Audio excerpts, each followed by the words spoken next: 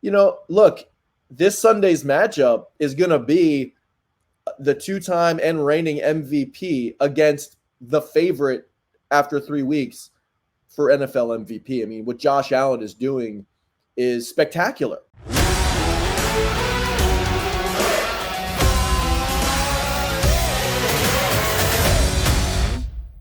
Hey, everybody. Welcome back to the Buffalo Plus YouTube channel presented by Connors and Ferris. Please make sure to like, comment, and subscribe. We thank all of our subscribers. It's been a big year for us so far. It's a big game coming up on Sunday, and we have our guest finding out what they're talking about in Baltimore with WMAR sports reporter and a former reporter in Buffalo who's covered the Bills and the Sabres, a guest of the Buffalo Plus channel before, and he is back, Shawn Stepner. Shawn, thanks for being with us. You got it, Mike. Great to see you. Yeah, this is going to be fun. Bills and Ravens games are always a lot of fun. Probably leading up to it, a little more fun in Buffalo than it is in Baltimore, even though they're coming off a win. I've gotten a chance to watch basically every game with the Ravens. The Chiefs on the opening night, Vegas while the Bills had already played on Thursday, and the same thing with the Dallas game when the Bills played on Monday. So a lot of fans have seen the Ravens play. I don't know what to make of them. I think they're still good, but something's been a little off. Where do you think they are after 3 games? I think they are in a lot better place than they would have been if the Cowboys had 1 or 2 more possessions on Sunday. I mean, the only thing that saved the Ravens on Sunday in Dallas was the clock at the end of the fourth quarter because they gave up another fourth quarter lead. This time, 19 points over the final 9 minutes. Where are the Ravens? I mean, they're finding their identity right now. Over the first couple of games, they've always been a running team. John Harbaugh always likes to, kind of lead or lean on the run per se. And then they bring in Derrick Henry, and you're thinking that they're really going to just ride that back. I mean, a future Hall of Famer, one of the best of a generation, maybe the best of a generation. And he really didn't stand out over the first couple of weeks. They went into Dallas saying, look, we cannot fall to 0-3. They game planned, obviously, against that Cowboys run defense. And, Henry popped off for 151. And as a team, they had a fantastic game on the ground. So I think right now where they are is I think that they want to lean on that a little bit. I think John Harbaugh wants to go into the rest of the season, especially after this game against the Cowboys, saying, look, this is where we're gonna succeed. On the ground, Derrick Henry leading the way. Now, I was going to say it makes sense because he's been effective. What does that do for Lamar? Yeah, so, Lamar, I think, was 12 for 15 in the Dallas game. He, over the years, has tried to develop his game as a passer. In public, he says he wants to be known as a passing quarterback more than a running quarterback. Can you win in today's NFL running like they did against the Dallas Cowboys? Long term, I don't think so. In the game right now, I don't think you can just pound your running back all season long and expect to win games, especially when you're trailing from behind. So, yeah, I mean, Lamar, I think that he's the best athlete on the field whenever he takes the field. I think a lot of people agree with that. As a passer, he still has room to grow. Mm-hmm. And, will he make that growth now that the Ravens have figured out maybe the best chance at winning is riding Derrick Henry a little bit more? It is funny when you say room to grow for a guy who's won 2 Most Valuable Player awards. And the reason I bring it up is, for somebody who used to work at Channel 7 in Buffalo, about Josh Allen and Bills fans and what they think. last year, Josh had a really good season. The team, not as much in the regular season. Lamar wins the MVP again. Now, we're in the press conference on Monday night, and Josh not taking a shot at anybody. I'm not pretending that, but he did reference Lamar as two-time MVP Lamar Jackson. I got a kick out of it because, Josh doesn't say anything without thinking about it. It's a compliment, right? But it's also like, yeah, this guy's won 2 MVPs and a little bit of, I'm pretty good myself. Does the two-time MVP thing hang over Lamar a little bit, like almost like a weight on him? No. His personality covering him over his career and especially over the last couple of years. No, I don't think so. Look, this Sunday's matchup is going to be the two-time and reigning MVP against the favorite after 3 weeks for NFL MVP. I mean, what Josh Allen is doing is spectacular. I mean, that game on Monday night, precision at its finest. And look, I'm going to pick the Bills to win on Sunday night. I mean, I don't see how this defense stops Josh Allen if he's rolling like that. And given what you just said about what he referenced in the press conference, I think there's a little tiny chip on that shoulder coming into Baltimore on prime time, another game in front of the nation and the football world, really, to say, look, I mean, there's another MVP on this field. And is he on a mission? I mean, you tell me. I mean, do you think that is a motivation for Josh Allen this year? I think in one way it is. I think first and foremost, he wants them to win. And if you win, the other stuff comes with it. I mean, Lamar and the Ravens had the best record in the NFL last year. So that's how they ended up with the top seed. That's in part how he ends up getting the accolades that go with it. But for Allen, yes, I think he wants that. I don't think he focuses on it all the time, but I think he wants to show who he is, lead this team to wins. I will tell you this, watching him, he has not looked this comfortable offensively since the Brian Daboll days, especially at the end there, and maybe even in some ways a little more comfortable than he ever was playing. Now it's 3 games, and I don't think the Dolphins are very good. I don't think the Jags are good at all. Honestly, I think the Cardinals are the best team the Bills have played so far. But that being said, Josh is pretty good. When I go back to Lamar, and this is what I want to ask you about, you say about, they'd like him to throw. They're leaning on the run game. I look at the wide receivers, and I wonder what they have. I think Zay Flowers is a talented guy, 9 yards per catch. He's got a touchdown. They've got Likely, who has come around, this year with Mark Andrews not doing as much. Where are his pass catchers through 3 games? Right. So that's that's a complicated question because Zay Flowers is obviously, he has chemistry with Zay. Aguilar had a 56-yard catch the other day. The complication comes with the offensive line, in my belief. In the past, especially last year, I mean, that offensive line provided him all sorts of time to do whatever he needed to do. This year, they replaced 3 starters on that line. Talking to general manager Eric DaCosta before the season, he admitted, I mean, he chose to go younger at that specific area, to go younger and cheaper. So, they replaced 3 starters there through the first couple of games. It was a huge topic around Baltimore with the team. John Harbaugh defended his guys, got a little snippy in the press, in his press conferences when people kept asking him about the offensive line.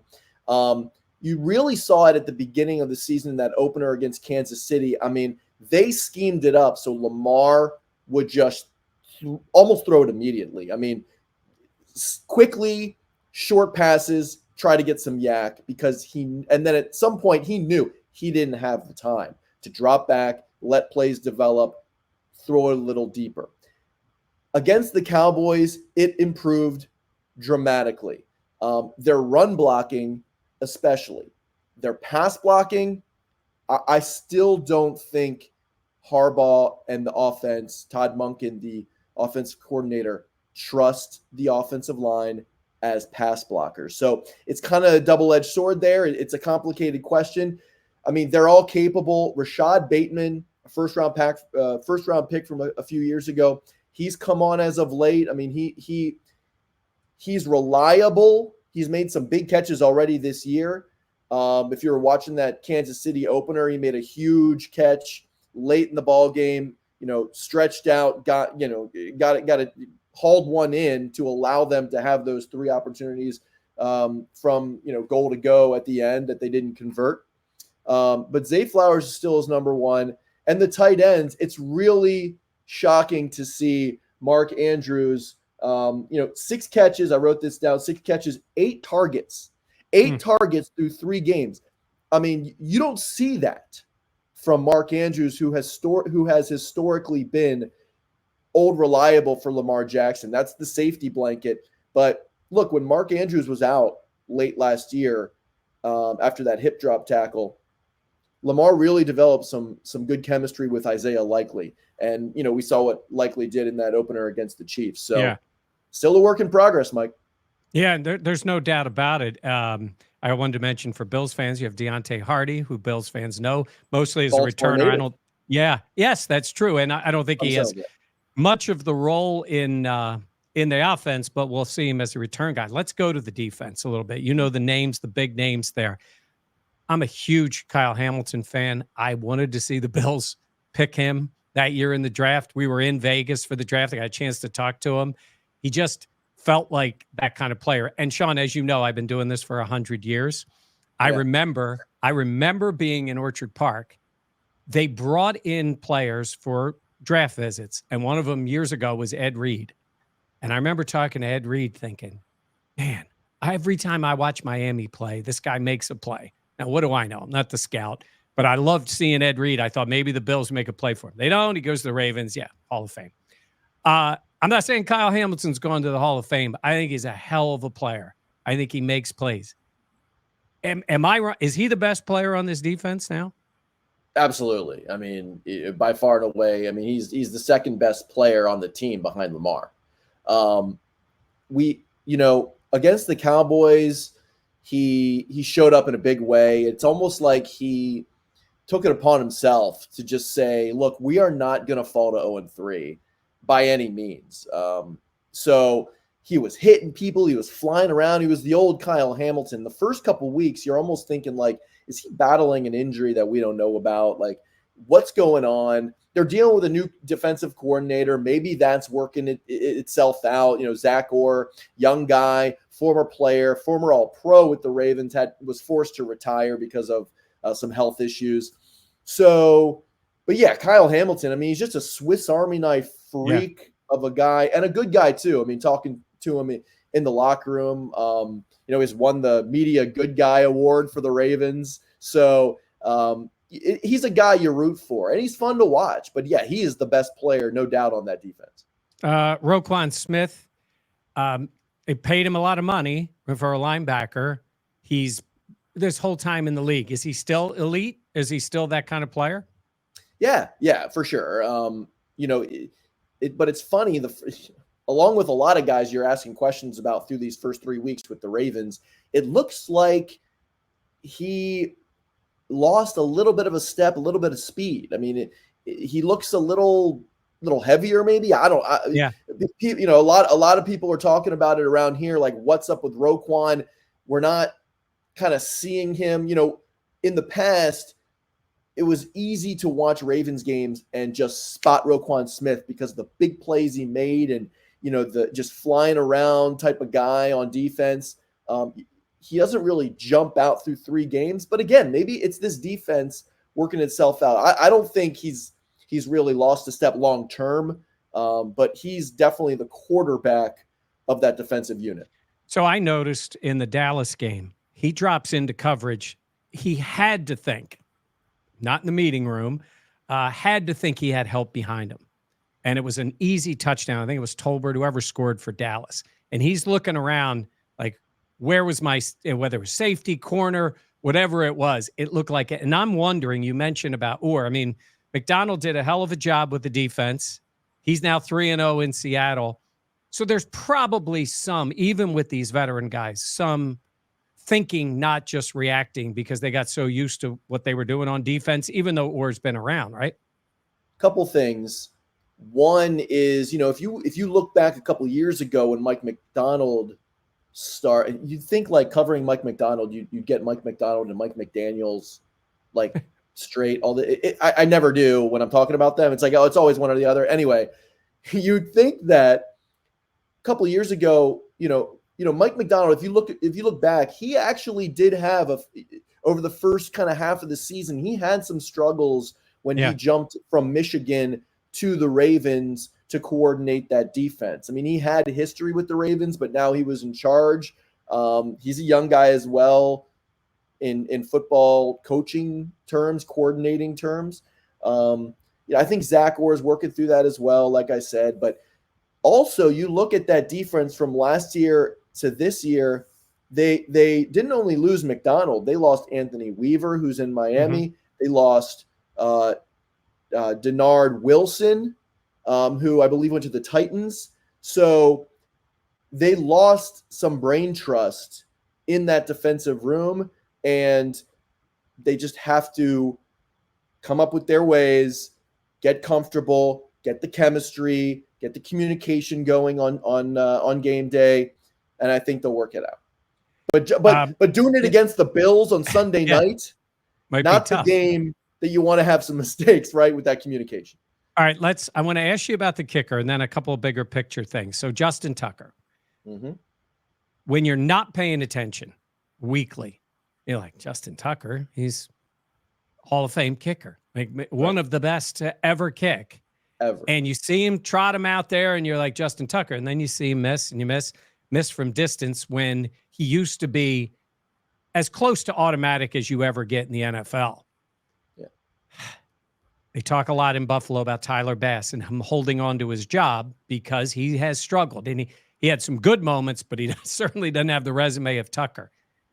But man, 50 plus, where he used to be the best in the league, is I mean, his numbers are bad for the last few years. What's going on? Yeah, I think it's 1 for 7 from beyond 50 over the last couple of years. Yeah. And on Sunday, he missed a under 50, where is it? 46 yarder. That's a chip shot for him. In the Cowboy Stadium. That's not, that's dome. In that game where the Cowboys kicker made what, a 66-yarder, whatever it was? Well, I think no doubt. I mean, I think that guy's taken over as the best kicker in the league. Yeah. Or if not the best, one of the best. So with Tucker, it's very odd.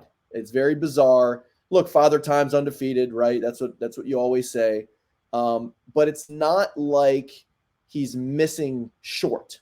I mean, these kicks have distance, right? I mean, so he has the leg. Yeah, he has the leg. The leg is still there. On Monday, the day after the win against the Cowboys, John Harbaugh said it was a, quote, technique issue that he's working through. Okay, so maybe he has diagnosed it and he's working through it. But I think it's fair to say it's in his head. Yeah. But again, this is one of the best kickers in the history of the National Football League. Ravens fans are hoping that he works through it. We'll see. I can tell you there was no inkling of this coming on at training camp or in the preseason. Yeah. I mean, being at the training camp practices, he was booming them like usual, like he's done over the years. And no one kind of batted an eye, really, at what was to come for Justin Tucker. Very bizarre. Look, you're going to need all the points you can get against Josh Allen and the Buffalo Bills on Sunday. They're hoping they're not lining up for field goals. They're hoping for 6 every time, and that Tucker's kicking an extra point, not a field goal. But they're going to need him on Sunday, so it's going to be a storyline. Yeah, it's been wild because it's just, like I said, automatic, and now it's not. And in the NFL, they don't have a lot of patience, even for the greatest of the great. They move on from players, but we'll see if Tucker gets it straightened out. But he's different. I mean, they'll have patience with Justin Tucker. It's going to take a lot to move on from Justin Tucker. I remember when I went to when I came to Buffalo in 2007. Mm-hmm. I always found it. I didn't find it odd. It was just it was kind of funny to me that Brian Moorman was like the biggest player on the team. I mean, Yeah, that tells rightfully you so. where they were. Rightfully so. I was a Brian Moorman supporter, but Right. I found it from an outsider coming in at that point. I found it funny that the punter was on billboards and the punter was a go-to guy to talk in the locker room, right? I mean, you remember those days. Oh, yeah. When you talk about Justin Tucker, he has that kind of Brian Moorman aura as far as like seeing him on commercials. He's all over commercials here. He's one of the best. He's on billboards. They're going to be patient with him. It's going to take a lot to not see Justin Tucker in a Ravens uniform. Well, we will see him on Sunday night. And speaking of a guy we always see, is John Harbaugh. Gone through some ups and downs with the team. When Lamar, they've usually been very good. Got hurt that year, all the stuff that went on. Bounces back last year, great year. And then not great in the championship game. And the team wasn't. They could have beaten Kansas City, much as Bills fans always know. I look around the league and I see guys. Sean McDermott is not there yet because he hasn't won a Super Bowl. I'd say it's the same with a guy like Mike Tomlin, who has won a Super Bowl, so he is looked at certainly differently. Where's Harbaugh with Baltimore fans? I mean, he's still one of the top coaches in the NFL, but has been there a long time, and they've failed in some big moments. Where are they with him? When they lose, they want a new coach. When they win, fans usually don't think it's because of Harbaugh. That's where they goes to Lamar, goes to the team, right? Right. So, look, I mean, and I think, frankly, that's what you get with a coach that's been there for a long time. Yep. Has won and has not gotten it done over the past few years, right? I mean, I think that's a normal kind of chain of events in the lifespan of any coach, really. I mean, when you're talking baseball, hockey, football. Look, if they would have fallen to 0-3, there would have been a lot of noise. But I'll tell you, it wouldn't have been from inside the Ravens facility. I think he has the support of owner Steve Bisciotti, general manager Eric DeCosta. But it's funny because, they're 1-2.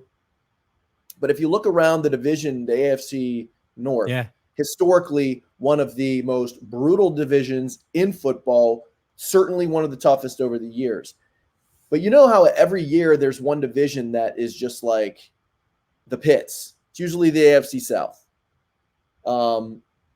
Is this the year the AFC North is just the worst division in football? It's hard to say that with the quarterback play and the talent around the division, but the Bengals are 0-3.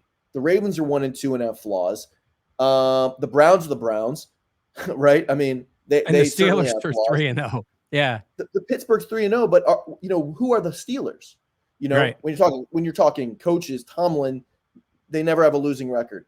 But can you trust Justin Fields and Russell Wilson to bring them, to the light at the end of the season with that defense? Maybe. But when you're talking Harbaugh and this team, is this the year that someone wins the division with just a sub 500 record, or you know what I mean? Like, yeah. I guess when I look at it, I think don't think he'll be safe if that happens. He'll be safe. I don't think the Steelers' success is sustainable. Big picture. Could they win 10 games? Sure. They already had 3. So that's a great start. I think the Browns are really a mess. Watson can't play. I think the Ravens will figure it out. Sunday's huge for them. To get a bump, get to 2-2 and beat the Bills would be huge. I think the Bengals right now are just a bad football team. I know they get off to tough starts, but they've had a lot of internal issues. Burrow put up some numbers. He started to throw the ball better, but they're in trouble a little bit, I think, there. So That's why I think it's so big. This game is for the Ravens to get a win, get back to 2-2, beat a really good team, and see where they go. So I always ask this when we talk to a reporter who covers the team that the Bills are playing. What's the game plan for the Ravens on Sunday night to knock off the Bills? For the Ravens to knock off the Bills, they need certainly some better play from their pass defense, specifically the defensive backfield. They are dead last in the league in pass defense are the Ravens. That is not a stat that you want heading into a game against the Bills offense and Josh Allen. We saw what he did against Sunday. I mean, I think that's it. I mean, I think run the ball like you did against Dallas, because if you fall behind and, you got to keep Josh Allen off the field. You got to keep that offense off the field. You got to burn clock because they'll put in the end zone. This Ravens defense has weaknesses, right? And another thing to keep an eye on is if you get a lead, if you're the Ravens, you better keep Josh off the field even more so because we know what they are when they have the lead. The Bills will never be out of it. The Bills will never be out of it on Sunday night. Okay. Yeah. So for Bills fans who have early wake up times on Monday morning, I would suggest get your nap in during the 1 o'clock games or 4 o'clock games. You'll probably be tailgating at some point in the 4 o'clock out. Get your nap in around the 1 o'clock window because you're going to want to stay up by some means if the Bills are trailing. I think the Bills are going to win on Sunday, but if they're trailing in the fourth quarter, in the second half, late in the game, you're going to want to be up. You're going to want to be awake because they're never going to be out of it. Yeah. Well, the last time the Bills went there, they were down, I think, 20-3 and came back and knocked off the Ravens in Baltimore. And we've seen them blow the lead against Vegas and then nearly do it against Dallas. So your point is well taken. I think Bills fans are going to want to know that. Hey, Shawn, this was great as always when we've had you talking. I know you always keep one eye on what's going on in Buffalo. So it's great that you have that perspective. And you're going to be busy with the Orioles real quick. Orioles, Yankees. We're going to have at least 2 games. Right. They're definitely going to play next week. Well, they could, as of this recording, they could win the division. That's not going to happen. Right. They're going to be a wild card. They were great for a while, and then it just went south. Yeah. Look, you never want to blame injuries, but this team has dealt with them all year long. At one point, their entire starting rotation was on the IL. Wow. They're starting to get healthy, and you see it every year. Something about resetting that record to 0-0. And it being a little colder outside. Some teams thrive. Just that weight of chasing something, getting into a new season, the playoffs. We saw it last year with the Rangers and Diamondbacks. Certainly around here, people are hoping that the Orioles are that team this year. There's not a lot of confidence because of how the last couple months have gone. But once you get in the postseason, it's anybody's game. See, you heard it right there. Shawn Stepner saying that the Baltimore Orioles are going to make a run and go to the World Series. At least that's what I heard. I don't know. There's nothing more. There's nothing more that I would like than to cover a deep playoff run. I never did it with the Sabres. Mike. Yeah, I know with the Bills, right? I never did it with the Bills. The last time the Sabres were in the playoffs, I was covering the game in Philadelphia, Game 7. That is a long time ago. Yeah. Okay. You've been, yes. That's you've seen It's a city and a region that I root for. I say it all the time. Yeah. I root for the Sabres and Bills to have success for the people of Western New York, Rochester, Buffalo, because I was one for so long. Yeah. I still have a lot of friends in the area. I'm up there once or twice a year. Always enjoy my time there. I started my family there, yada, yada, yada. But there is, I say this all the time, once you live in Western New York, it gets its claws in you in the best way possible. Okay, that is a that is a compliment. That is a compliment. So I'm rooting for some success. Maybe not on Sunday because of my allegiance to this region, but for sure I'll root for Western New York, Buffalo, Rochester for sure. That's awesome. Well, Shawn, thanks again for being with us. And we'll check back with you again soon to see what's going on with the Ravens. Who knows? We may have a playoff matchup between the Bills and the Ravens at some point. That's going to do it for us. Once again, please make sure to like, comment, and subscribe. A reminder that all of our content on the YouTube channel, you can also check it out wherever you get your audio podcast. We're going to be live Thursday night at 7:15 with our podcast. Jenna Cottrell and Dan Fates joining me for all of that. For Shawn Stepner, I'm Mike Catalana. Thanks for watching again on Buffalo Plus, and we will see you the next time.